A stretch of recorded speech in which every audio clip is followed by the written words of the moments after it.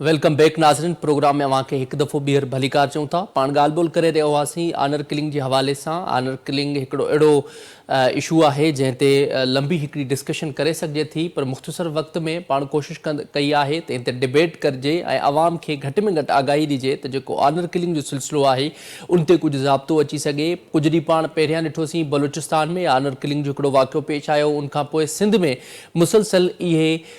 Honour killing जा वाक़िया पेश अचनि पिया ऐं आनर किलिंग जी आड़ में क़त्ल गारत जो सिलसिलो हींअर बि जारी आहे ऐं ख़ासि तौर ते ॿियनि सूबनि जी भेट में सिंध ऐं बलूचिस्तान जेके आहिनि इहे ॿ सूबा सर फ़हरिस्त आहिनि ऐं उन हवाले सां मुंहिंजी इंट्रो में रिपोर्ट ॿुधाई। वंस अगेन मां हिकिड़ी रिपोर्ट जेका आहे उहा रिपीट कंदुमि त sustainable social development organisation report हिकिड़ी जारी कई आहे जंहिंमें 32,000 केसिस फाइल थिया आहिनि जेंडर वायोलेंस जे हवाले सां ऐं उनखां पोइ 547 आनर किलिंग जा केसिस फाइल थिया आहिनि ऐं उन सां गॾोगॾु 32 जेके आहिनि उहे बलूचिस्तान में थिया आहिनि। इहो हिकिड़ो वॾो रेशो आहे ऐं इन ते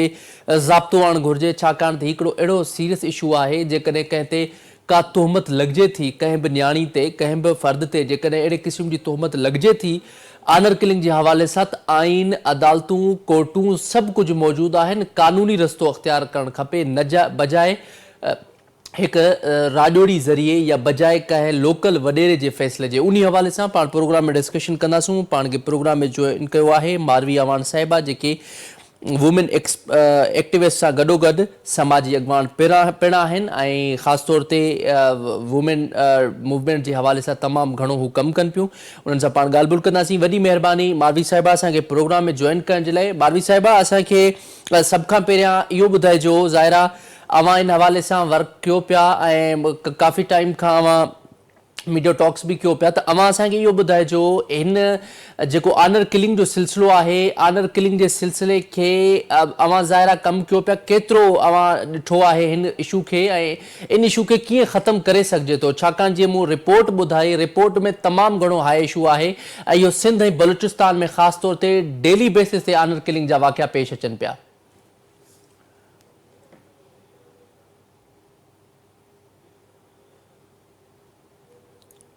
मारवी साहिबा ॿुधो पिया अवां? मारवी साहिबा अवां खे आवाज़ अचे पियो? मूंखे तव्हांजी आवाज़ अचे पई, तव्हां मूंखे ॿुधी सघो पिया? जी जी बिल्कुलु। तव्हां मुंहिंजो सवाल ॿुधो। मूं सवाल इहो पे करणु चाहियो त ही ज़ाहिर जेका ही इशू आहे आनर किलिंग जो, उन हवाले सां मूं रिपोर्ट बि ॿुधाई त एॾो वॾो रेशो आहे, डेली बेसिस ते आनर किलिंग जा वाक़िया पेश अचनि पिया। अवां छा चवणु चाहींदो उन हवाले सां? अवां जो छा एनालिसिस आहे?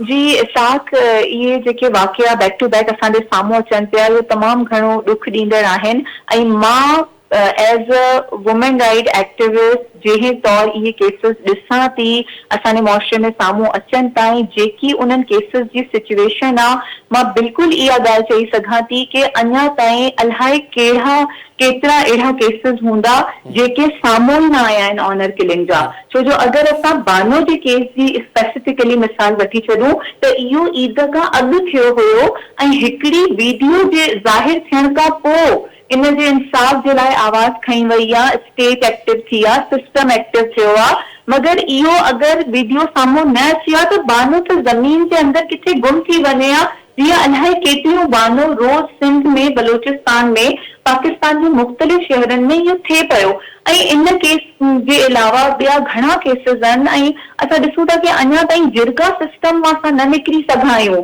ऐं उहे जेके जिरगे करण वारा आहिनि उहे असेंबलियुनि में बि असांखे नज़र अचनि था, उन्हनि जा ई ॻोठ आहिनि। उहो असां हुकूमत जो पार्ट रही करे हुकूमत इन शइ खे बहितर तरीक़े सां अञा ख़तमु न करे सघी आहे कि अञा बि औरतूं जिरगनि जी नज़र थियनि थियूं। हिते कराची में हिकिड़ो केस थियो हुयो जंहिंमें हिकिड़ी छोकिरी गाॾी में वेठी ऐं हुनजे पीउ उन्हनि ॿिन्ही छोकिरा छोकिरी खे गोली हणी छॾी। हाणे तव्हां ॾिसो कि रुॻो वेहण, ॻाल्हाइण, कंहिंसां को शक उभिरजे थो त औरत ज़िंदगी खे फौरी तौर ते ख़तमु कयो वञे। आईन पाकिस्तान असांजो चए थो असां सभिनी खे ज़िंदा रहण जो हक़ आहे, राइट टू लाइफ आहे। कोई कंहिं बि वजह सां, चाहे उहा गैरत हुजे या कुझु हुजे, उनखे नथो खसे सघिजे। ऐं गैरत असां अॼु हिकिड़े डिजिटल दौर में वेठा आहियूं जिते दुनिया अलाए छा छा वेठी ईजाद करे ऐं असां अञा ताईं औरतुनि खे गैरत जे नाले ते ख़तम करण में लॻा पिया आहियूं। अञा ताईं असांजी इन तौर असां औरतुनि खे कंट्रोल करण था चाहियूं कि उन्हनि जो right to decision, right to choice उन्हनि खे एक्सरसाइज नथा करण ॾियूं। मूंखे उमेद आहे तव्हांखे मुंहिंजी आवाज़ ईंदी हूंदी। जी जी जी कंटिन्यू। जी, त असां इहे जेके बि केसिस असांजे साम्हूं अचनि था साथ, इहे असांजे लाइ हिकिड़ी वेकअप कॉल्स आहिनि, रिमाइंडर्स आहिनि। लेकिन अफ़सोस जी ॻाल्हि आहे कि हर भेरे इहे रिमाइंडर्स जॾहिं थींदा आहिनि त सोशल मीडिया ते तमामु घणो माण्हू एक्टिव था थी वञनि उन केस खे इंसाफ़ ॾियारण जे लाइ। उन खां पोइ उन केस जो छा थियो, मुजरिम कीअं निकिरी विया, केतिरा ज़ोर वारा हुया, छा थियो, कंहिंखे ख़बर न हूंदी आहे। जेसि ताईं इन्हनि केसिस जे हवाले सां हिकिड़ो बहितर तरीक़े सां हिकिड़ो सिस्टमेटिक अप्रोच न ठाही वेंदी, इहे केसिस मुआशरे मां ख़तम न थींदा। ऐं सभिनी खां वॾी ॻाल्हि कि इहा गैरत अञा ताईं छो नथी असांजे मुआशरे जे मर्द जी ख़तम थिए, छो जो असां इन ते कम ई नथा कयूं। असां उन्हनि खे एजुकेट करण में, उन्हनि खे सुजाग करण में, उन्हनि खे अवेयरनेस ॾियण जे लाइ असां इन्वेस्ट नथा कयूं। हाणे हिते इहो क्वेश्चन अचे थो कि इते इन्वेस्ट केरु कंदो? इते इन्वेस्ट सभिनी खां पहिरीं जेके गवर्नमेंट जा एॾा सारा खाता ठहियल आहिनि जंहिंजे अंदरि असां वटि ह्यूमन राइट जे हवाले सां, वुमेन्स जे हवाले सां ॿिया असां वटि खाता ठहियल आहिनि, जेसि ताईं उहे कमीशन असां वटि ठहियल आहिनि, जेसि ताईं मिली करे उहे घिटी माण्हू ताईं न पुॼंदा, उन्हनि खे सुजाग न कंदा, उन्हनि खे हाणे कानून त असां वटि घणा ई आहिनि। जॾहिं कंदील बलोच जो थियो हुयो पाकिस्तान में गैरत जे नाले ते क़तल, त उन वक़्त में कानून में ॾाढी सुठी इहा ॻाल्हि अची वई कि हाणे को बि घर जो भाती पंहिंजे खून जॾहिं धीअ न्याणी जो खून थो थिए त उहो पंहिंजे पुट खे या घर जे कंहिं बि फ़र्द खे उहा ब्लड माफ़ नथो करे सघे। उहा माफ़ी ख़तम थी वई, उहो मर्डर जी माफ़ी ख़तम थी वई। इहा हिकिड़ी सुठी शइ हुई, लेकिन अञा ताईं उहा माण्हुनि खे ख़बर ई कोन्हे। बानो वारे केस में बि असां ॾिसूं था कि जेके जिरगा, जेके माण्हू इन्वॉल्व आहिनि, उहे असांजे स्टेट जे वॾे वॾे नालनि सां, मिनिस्टरनि सां उथंदड़ वेहंदड़ माण्हू आहिनि। त उन्हनि खे इहा रियलाइज़ेशन न आहे कि जॾहिं मां को गैर कानूनी हरकत कंदासीं असां त असां पकड़ में ईंदासीं। इहो जेको माण्हुनि जे अंदरि डपु कोन्हे कानून जो, इहा असांजो हिकिड़ो वॾो फेलियर आहे कि उहो कानून खे उहा अहमियत नथा ॾियनि। जॾहिं अहिड़े क़िस्म जा केसिस असांजे साम्हूं अचनि था, उन में घणो करे त अहिड़े गैरत जे नाले जे केसिस खे ॾाढो प्राइड फील कयो वेंदो आहे। इवन बानो जे केस में ई, छो जो इहो ताज़ो वाक़ियो आहे, त इन जी मां तव्हांखे वरी मिसाल ॾींदमि कि उन जी जेकी मदर जो बयानु साम्हूं आयो ऐं रिलीजियस बुक हथ में खणी करे उहा उन कत्ल खे जस्टिफाई थी करे, त तव्हां इहो ॾिसो कि असांजे मुआशरे जी औरत बि इन पैट्रियार्टिकल सिस्टम इहो औरत जे मथां ज़ुल्म जबर उनखे गैरत जे नाले ते ख़तम करण खे जस्टिफाई थी करे, उनखे रीज़न्स थी ॾे। त कैरियर ऑफ पैट्रियार्की समहाउ असांखे औरतूं बि इन सिस्टम में नज़र अचनि थियूं। त इहो हिकिड़ो अहिड़ो ई ज़हनियत आहे, इहो हिकिड़ो गैरत जो हिकिड़ो एॾो वॾो असां वटि इशू आहे कि असां वुमेन एम्पावरमेंट जी ॻाल्हि छा कयूं, किथे कयूं। औरत खे एजुकेशन हासिल करण लाइ घर मां निकिरणो आहे, उनखे जॉब करण जे लाइ घर मां निकिरणो आहे, उनखे एम्पावर थियण लाइ स्किल बेस्ड ट्रेनिंग सिखण लाइ घर मां निकिरणो आहे। त जॾहिं घर मां माण्हू निकिरंदो त उनखे घर वारनि जी तरफ़ां, फैमिली जी तरफ़ां, खानदान जी तरफ़ां, मुआशरे जी तरफ़ां हिकिड़े एतमाद जी ज़रूरत आहे। मारवी साहिबा इहो बि ॿुधाइजो त ही जेका ज़हनियत आहे, ऑनर किलिंग जी ज़हनियत जेका आहे, इहा माण्हुनि में हींअर त अहिड़ो दौर आहे ऐं असां हिकिड़े अहिड़े मॉडर्न दौर में हलूं पिया जिते डेवलप्ड कंट्रीज़ अलाए काथे जी टेक्नोलॉजी इस्तेमालु करे अञा अॻिते वञनि पिया। असां उन्हनि डेवलप्ड कंट्रीज़ जी भेट में त पहुते आहियूं, पर असां अञा उन ज़हनियत मां न निकिरी सघिया आहियूं। ऐं इहा ज़हनियत आख़िर कीअं ख़तमु करे सघिजे थी? जीअं इहा ज़हनियत जेका आहे ख़तमु थिए त जीअं जेके औरतूं आहिनि, उनमें जेके मर्द आहिनि, ऑनर किलिंग जी आड़ में जेके डेली बेसिस ते क़तल थियनि था, उहे इन जेकी हिकिड़ी ज़हनियत आहे उनखां बची सघनि।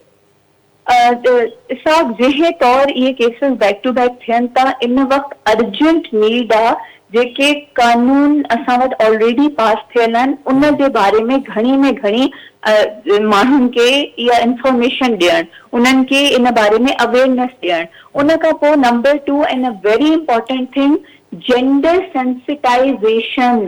औरत के जेको अञा ताईं इंसान नथो सम्झियो वञे उनखे इंसान सम्झणो आहे उनजा उहे साॻिया हक़ आहिनि जेके आईन पाकिस्तान में कानूनी किताबुनि में असांजे universal declaration of human rights में मौजूद आहिनि उहे साॻियो हक़ जेको मर्द खे आहे राइट टू चॉइस जो राइट टू एजुकेशन जो राइट टू मैरिज जो उहे साॻियो औरत खे बि आहे लेकिन इन इहे जेके असांजे साम्हूं केसिस अचनि था इन में औरतुनि सां गॾु गॾु मर्द बि शिकार था थियनि ऑनर किलिंग जा इसाक अगरि तव्हां ॾिसंदा त घणेई केसनि में मर्दनि खे बि कारो करे मारियो छॾियो वियो आहे उन्हनि खे बि ख़तमु कयो वियो आहे त इन जो इहो मतिलबु आहे कि इहा जेकी गैरत आहे इहा औरतुनि सां गॾोगॾु मर्दनि जो बि मसइलो आहे इनखे असां सभिनी खे मिली करे रिज़ॉल्व करणो आहे ऐं इन जे लाइ अवेयरनेस एजुकेशन ऐं ख़ुसूसन हिकिड़ी त हूंदी आहे बसि ॼाण ॾियणु ॿियो हूंदो आहे स्ट्रेटेजिकली ॼाण ॾियणु स्पेसिफाई करे ॼाण ॾियणु जंहिंजे अंदरि असांजो जेके गैरत जे हवाले सां ऑनर किलिंग जा कानून आहिनि उहे अॼु ताईं जेके ऑनर किलिंग जे केसिस में जेके माण्हुनि खे सज़ाऊं मिलियूं आहिनि जीअं कंदील बलोच जो केस थी वियो ॿिया जेके केसिस थी विया उन्हनि खे असांखे मुआशरे जे साम्हूं आणणो आहे कि हिननि माण्हुनि गैरत जे नाले ते क़तल कया ऐं इन्हनि खे कानून माफ़ी न ॾिनी ऐं उन जे अलावा नियाणियुनि खे घणो में घणो एम्पावर करणो आहे छो जो नियाणी जॾहिं घर में पार्टिसिपेट थी करे जॾहिं हू घर में इक्वल पंहिंजा राइट्स एक्सरसाइज करे थी त पोइ घर वारनि जी सोच बि मटे थी उन्हनि खे बि सम्झ में अचे थो कि हा ठीकु आहे औरत बि हिकिड़ो कारआमद हिकिड़ो रोल प्ले करे थी घर जे अंदरि उनमें घर जी मुआशी हालात जे हवाले सां हुजे घर में डिसीजन मेकिंग जे हवाले सां हुजे त औरतूं तमामु बहितरीन रोल हीअं प्ले करे रहियूं आहिनि त उन्हनि कामयाब औरतुनि खे मिसालूं ठाहे अहिड़े बंदि ज़हननि खे ॾेखारण जी ज़रूरत आहे ताकी उन्हनि जे घरनि में जेकी औरतूं बंदि आहिनि ऐं उहे गैरत जे नाले ते पुड़जी थियूं वञनि ऐं कंहिंखे ख़बर बि नथी पए त उन्हनि जा दिमाग़ खुलनि ठीक है वरी मेहरबानी मारवी अमान साहिबा असांखे प्रोग्राम में जॉइन करण जे लाइ नाज़रीन अवां असांजे पैनल जी ॻाल्हि ॿोल ॿुधी तफ़सीली तौर ते पाण जो जाइज़ो वरितोसीं जेसि ताईं असां वटि असांजे मुआशरे में सोसाइटी में शऊर न ईंदो अवेयरनेस न ईंदो मां बार बार इन करे चवां पियो त छाकाणि त इहो हिकु ज़रूरत आहे त अवेयरनेस जेका आहे उहा नेसेसरी आहे अवेयरनेस हूंदी तॾहिं ऑनर किलिंग खां या जेंडर बेस्ड वायोलेंस खां या वायोलेंस अगेंस्ट ह्यूमन राइट्स जेके बि जेके इशूज़ आहिनि उन्हनि खे माण्हू सम्झी सघे थो ऐं उन ते उनजो एहतियात बि करे सघे थो ऐं ख़ासि तौर ते जेके ह्यूमन राइट्स आहिनि उन्हनि ते माण्हू कम बि करे सघे थो शऊर खां बग़ैर तालीम खां बग़ैर ऐं लिटरेसी खां बग़ैर इहे शयूं नामुमकिन आहिनि सो प्रोग्राम जो जेको वक़्तु आहे पंहिंजी पुॼाणी थो पहुचे मूंखे ॾिना इजाज़त अल्लाह निगहबान।